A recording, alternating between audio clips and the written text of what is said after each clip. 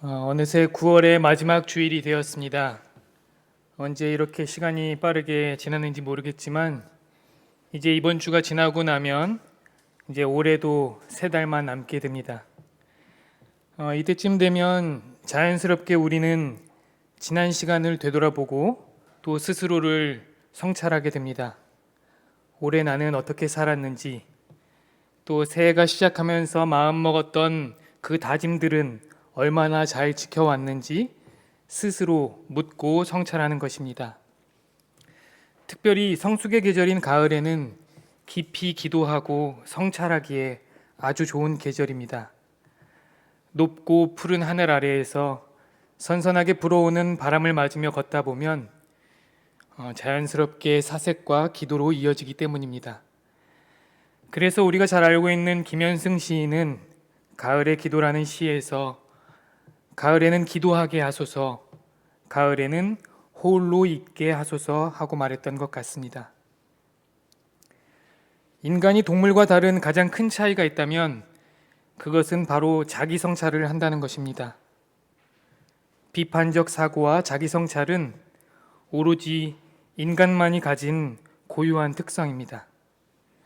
인간은 비판적 사고와 자기 성찰을 통해서 삶을 한 단계 더 높은 차원으로 나아가게 할 수 있는 힘을 가지고 있습니다. 그러나 이런 힘을 가지고 있다고 해서 늘 그렇게 사는 것은 아닙니다. 날마다 스스로의 삶을 성찰하고 반성해서 더욱 성숙의 과정으로 나아갈 수 있다면 좋을 텐데, 안타깝게도 대부분의 경우에는 그렇게 살지 못할 때가 많습니다. 편안한 삶에 익숙해지기도 하고 또 소유와 욕망을 따라 살다 보면 자연스럽게 자기 성찰의 삶과는 멀어지게 됩니다. 생각하는 대로 사는 것이 아니라 사는 대로 생각하게 되는 것입니다. 일상을 살아가다 보면 잘못인지 알지만 고치지 못할 때가 많고 또 문제인 줄 알지만 무감각하게 넘길 때가 많습니다. 몸이 아프고 또 이상 신호를 보내도 별일 아닌 것처럼 넘기다가 결국 큰 병이 나고 나서야 자신의 몸을 돌보는 것처럼 우리는 피할 수 없는 위기에 직면하거나 감당하기 어려운 고난을 만나게 될 때야 우리의 삶을 다시금 성찰하고 돌아보게 됩니다. 중간중간 위태한 위기의 신호가 있었음에도 그 위태한 신호를 무시하고 또 무엇이 문제인지 개선할 점이 무엇인지 알고 있었음에도 방관하다가 발등에 불이 떨어지고 나면 그제서야 큰일이다 하고 성찰하게 되는 것입니다. 이러한 현상은 개인에서 집단으로 또 사회로 확대되면 더욱 심각해집니다.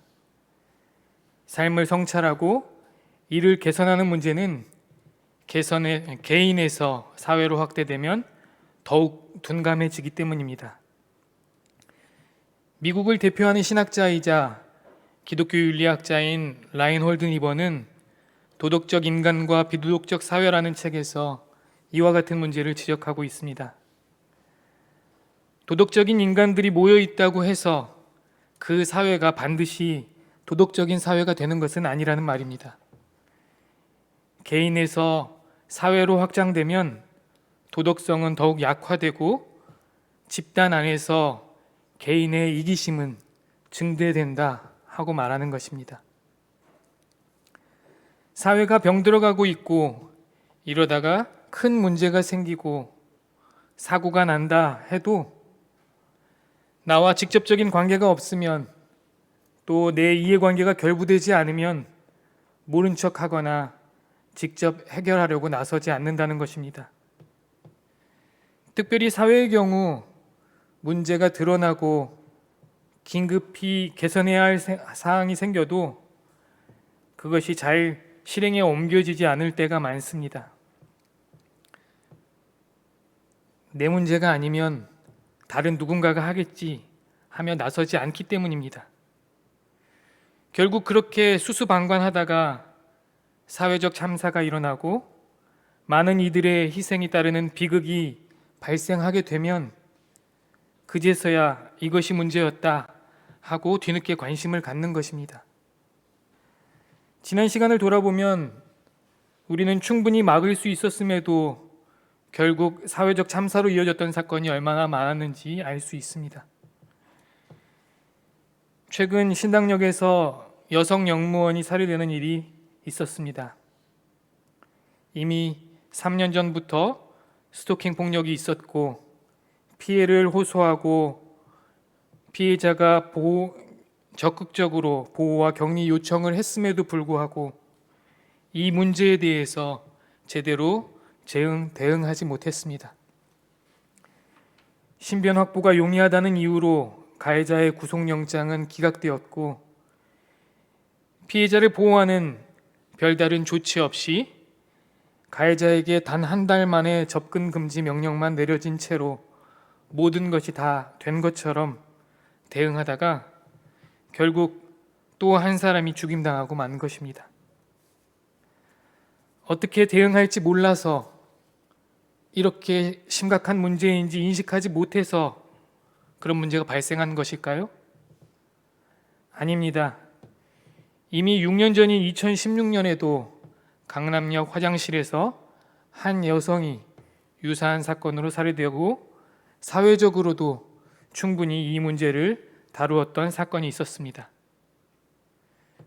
결론은 못한 것이 아니라 최선을 다해 해결하지 않은 것입니다. 지난주 금요일에 NCCK와 여러 연합단체가 주관하는 신당역 젠더폭력 살인사건 추모 기도회가 있었습니다. 전도사님과 함께 제가 추모 기도회에 참여했는데 예배를 드리는 내내 너무도 마음이 아팠습니다. 욕망과 무감각과 안일한 대응이 결국 억울한 또 한 사람의 희생을 낳았구나. 누군가에게는 소중한 딸이었고 동생이었으며 누나였고 친구였을 한 생명이 단지 여성이라는 이유로 또 죽임을 당했구나 하는 생각에 마음이 무너져 내렸습니다. 이 사회를 살아가는 한 남성으로 또 딸을 둔 아빠로 아픔을 공감해야 할 목회자로 이 문제에 대해 너무도 둔감했음에 참으로 죄스러웠습니다.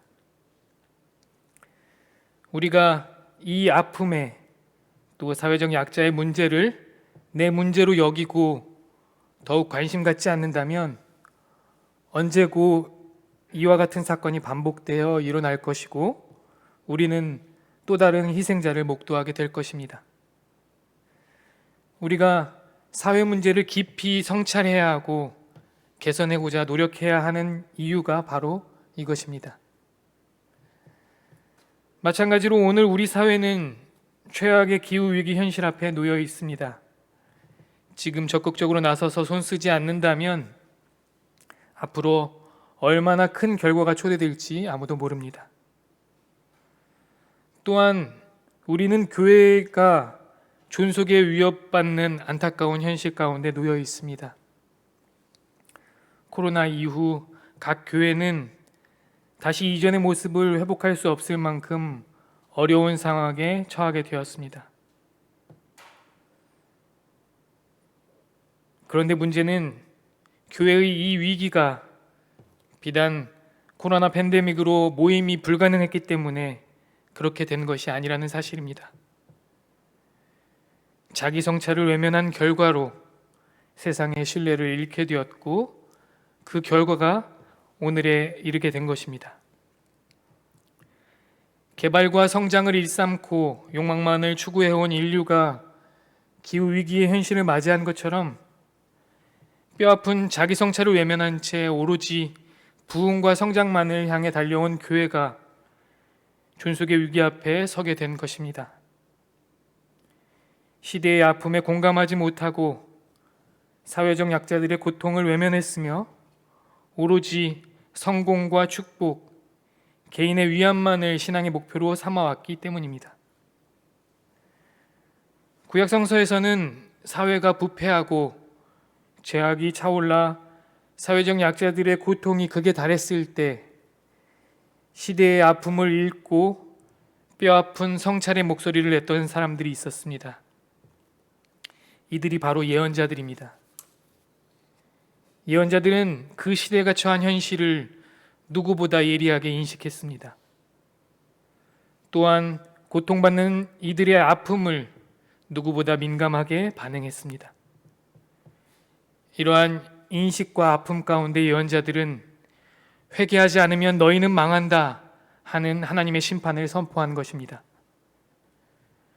좋은 말로 사람들의 환심을 사며 사람들과 잘 지내고 싶은 그런 마음이 예언자들에게 왜 없었겠습니까? 하지만 예언자들은 비장한 각오와 처절한 심정으로 늘 심판을 예언해야 했습니다.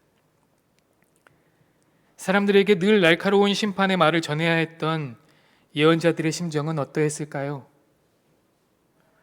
동족들에게 무시무시한 말을 해야만 하는 그들의 마음은 아마도 고독했고 번민에 찼으며 매우 괴로웠을 것입니다.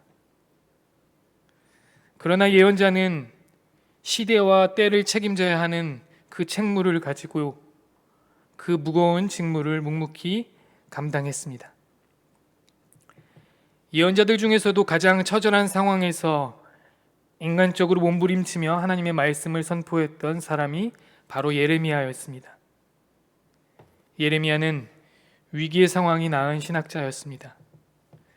그는 유다가 바벨론에 의해 망하기 직전 민족의 운명이 풍전등화와 같은 상황에서 예언을 했습니다. 바벨론과 전쟁을 하기 위해 동원령을 내리고 온 나라가 한판 전쟁을 준비하고 있었을 때였습니다. 그런데 그가 전한 메시지는 이 민족은 망한다. 그러니 전쟁을 하지 말고 바벨론에 항복해라 하는 것이었습니다. 그러니 가뜩이나 불안한 마음으로 움츠려 있던 백성들이야말로 어떻겠습니까? 아마도 불난집에 부채질하는 격이었을 것입니다. 그러다 보니 예언자로서 예레미야는 수많은 고초를 겪었습니다. 그의 말씀이 범상치 않은 만큼 그의 생애도 순환의 연속이었습니다.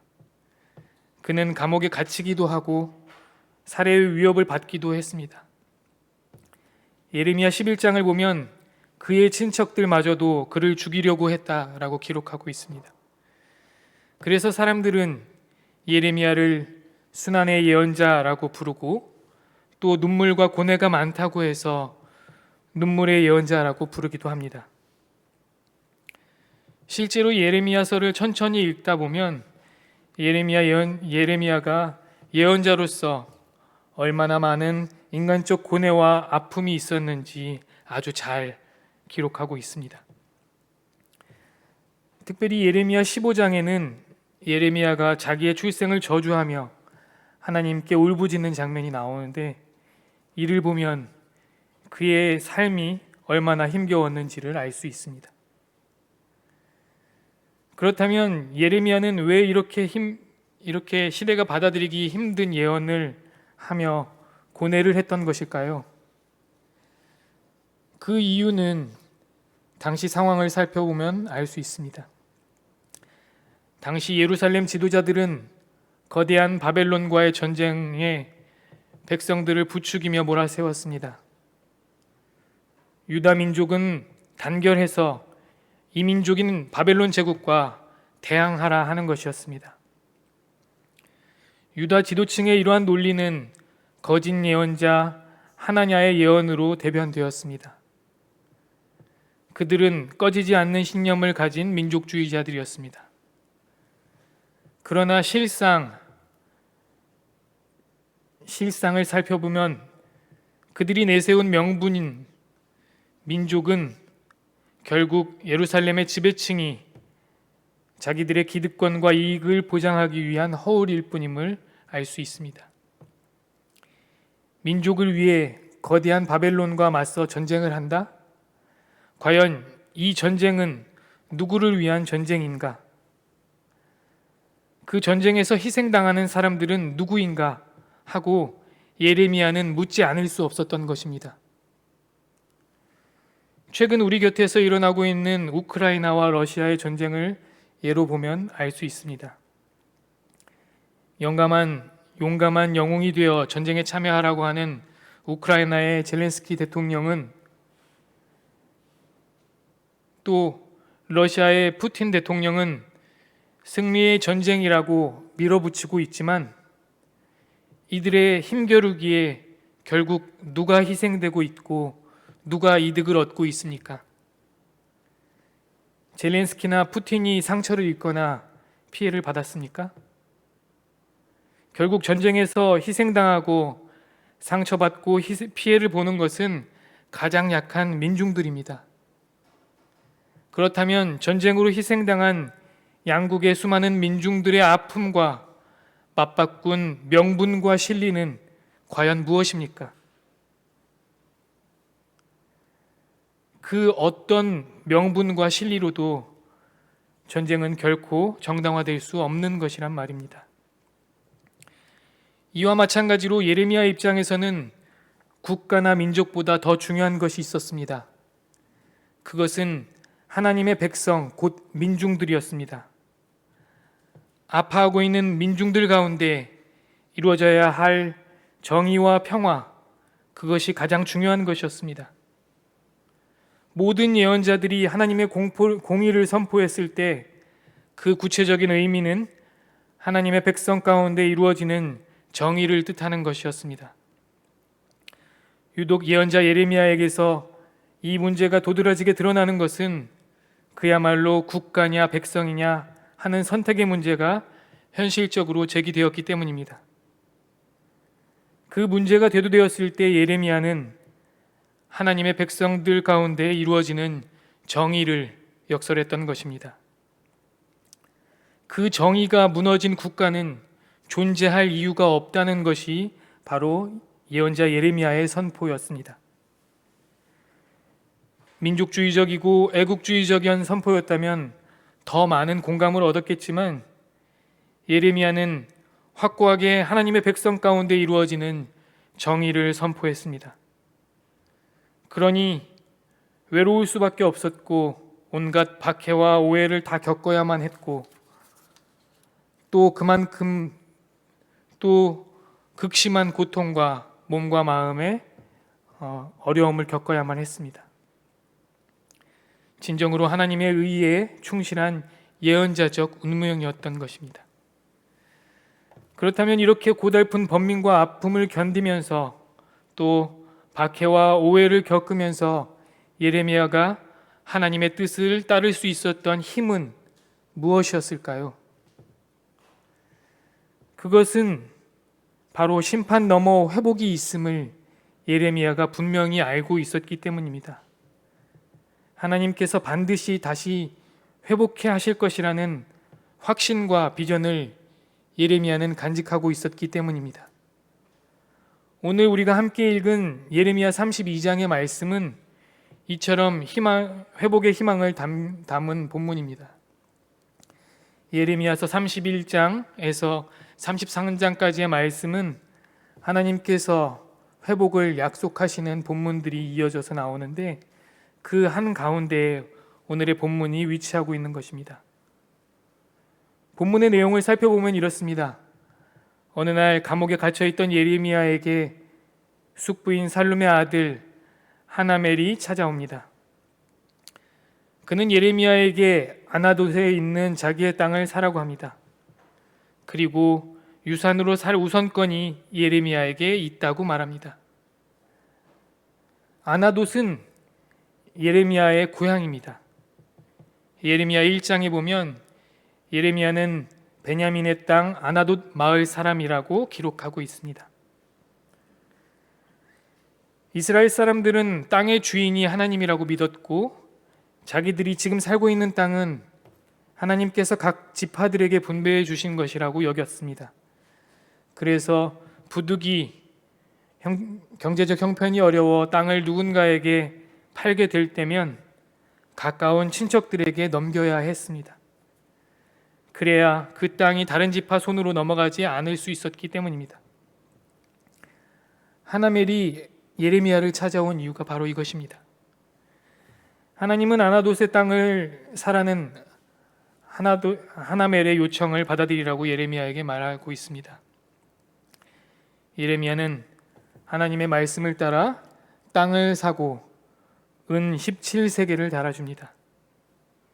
17세겔은 지금 단위로 환산하면 약 200g 정도밖에 되지 않는 지금 돈으로 쳐도 얼마 안 되는 액수입니다.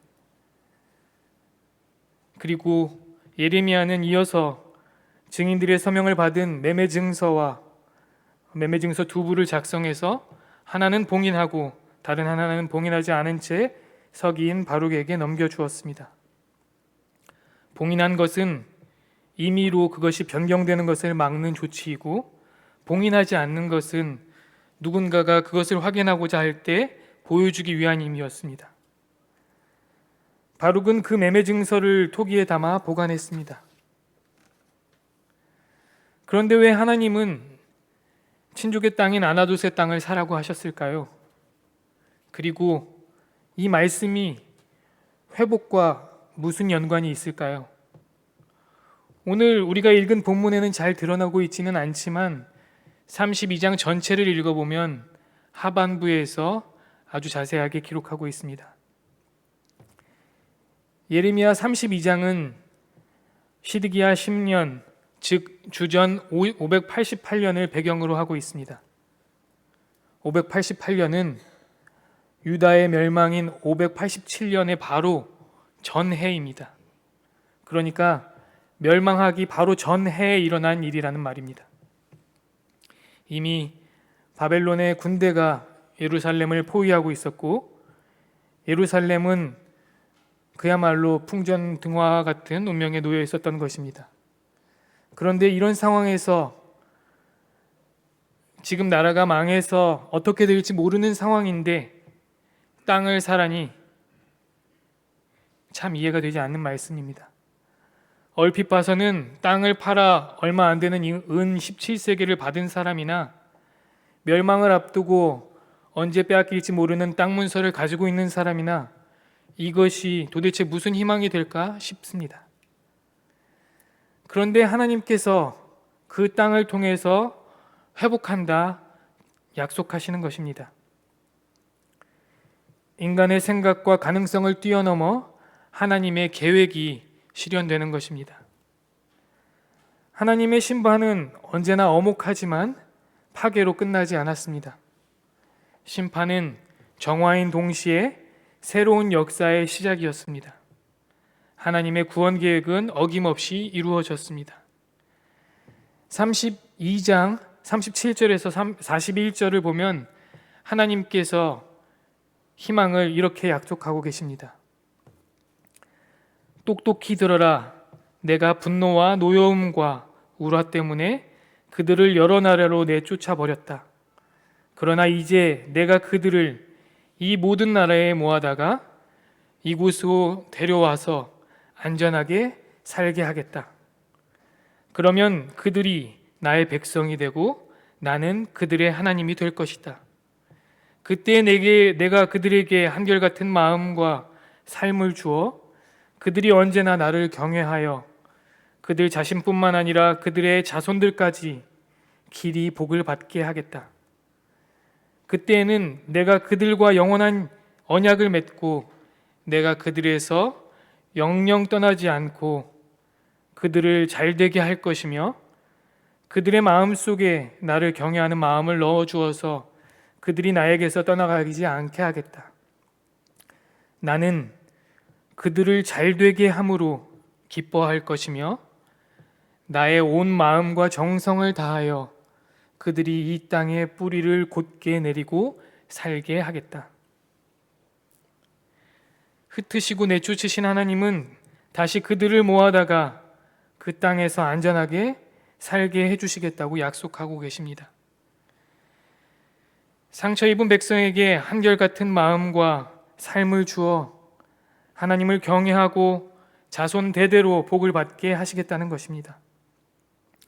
사람도 없고 짐승도 없는 황무지로 변한 땅, 바벨론 군대의 손에 들어갔던 땅이 그 땅에 다시 사람들이 모여들고 희망의 씨앗을 뿌릴 날이 반드시 온다는 것입니다. 그때의 사람들은 아름다운 삶을 일구기 위해 땅을 사려고 할 것입니다. 이제야 우리는 비로소 땅을 사시라는 하나님의 뜻을 알 수 있습니다. 아나돗에 있는 밭을 사라는 것은 바로 시련의 시간이 끝난 후에 빚어질 희망을 선취하는 것입니다. 아나돗의 밭은 회복에 대한 희망의 상징입니다. 다시금 이 땅에서 사람들이 살고 자신들의 땅을 되찾고 회복하게 될 것입니다. 오늘 우리는 너무도 어려운 위기 시대를 살아가고 있습니다. 하지만 우리가 정의와 공의를 일관되게 추구한다면, 평화와 진실을 지향한다면 시련의 시간은 오히려 복으로 화하게 될 것입니다. 어제 우리는 기후 정의를 위한 행진을 함께 했습니다. 200여 명의 기독교인들이 함께 했고, 전국에서는 약 4만 명의 사람들이 모여 함께 행진을 이어왔습니다. 기독교 전체 인구에 비하면 200명은 너무나 작은 숫자이고, 4만 명의 참석자도 전 국민의 0.1%도 안 되는 적은 인원입니다. 그러나 아나돗의 땅과 같이 작은 희망을 가지고 함께 뜻을 모아 행진할 수 있었기에 위로가 되고 희망이 되었습니다. 특별히 젊은 청년들과 청소년들이 즐겁고 유쾌하게 함께 행진하는 모습을 보며 더욱 힘을 얻게 되었습니다. 때로 우리는 유다의 멸망을 예고했던 예레미야와 같은 심정으로 이 시대에 우리가 처한 위기 앞에 깊은 고뇌와 좌절에 빠질 때가 있습니다. 우리가 이런다고 이 거대한 재앙을 막을 수 있을까? 이럴 바에는 그냥 마음 편하게 사는 것이 더 낫지 않을까? 하는 유혹과 포기의 마음이 우리를 고뇌하고 힘들게 할 때가 있습니다.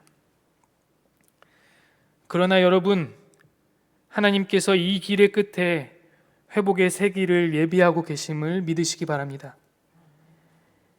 희망을 선취하는 것이 바로 믿음입니다. 예수님은 하나님 나라는 이미 너희 가운데 있다, 하나님 나라는 이미 시작되었다 하고 말씀하시면서 희망을 선취하는 믿음을 보여주셨습니다. 통일의 문을 열었던 문익환 목사님도 통일은 됐다라고 말씀하시면서 통일의 희망을 선취하는 삶을 사셨습니다. 아나돗의 땅을 사서 회복의 희망을 담지한 예레미야처럼 오늘 우리는 이 시대의 위기를 선포하고 약자들의 아픔에 공감하는 이 시대의 예언자가 되기를 소망해야 합니다. 우리가 하나님의 계획과 방법을 어찌 다 알 수 있겠습니까? 우리는 그저 우리에게 담지한 그리스도의 사명, 예언자적 사명을 붙들고 최선을 다해 나아갈 뿐입니다. 그 뒷일은 주님께 맡깁시다. 주님께서 너희를 잘되게 함으로 기뻐하며 온 마음과 정성을 다하여 너희가 이 땅에 뿌리를 곧게 내리고 살게 하겠다 하셨던 그 약속과 그 회복을 믿고 오늘의 현실을 힘차게 살아가는 저와 여러분이 되시기를 간절히 소망합니다.